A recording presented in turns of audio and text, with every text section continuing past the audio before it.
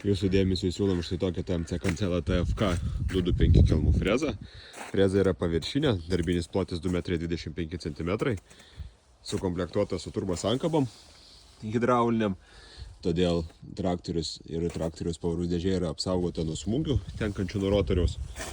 Galios poreikis šiai frezai yra nuo 150-160 arklio galių. Plaktukai dar geros būklės ir tikrai ilgai tarnaus. Kaina 22 000 eurų plus PVM. Galinis dangtis pasikelia, rėmelis skirtas tam, kad apsaugoti traktorių nuo nevirstančių krūmų. Dangtis taip pat turi ir dar vieną papildomą priešpėlių eilę, nes priešpėliai yra ir viduj kameroj, tai masė susmulkinama labai tiksliai. Darbinis gylis maksimum iki 10 cm, kadangi freza yra paviršinė ir įsigilina tiek, kiek freza savo svorio susminga į žemę. Iš abiejų pusių po 5 diržus.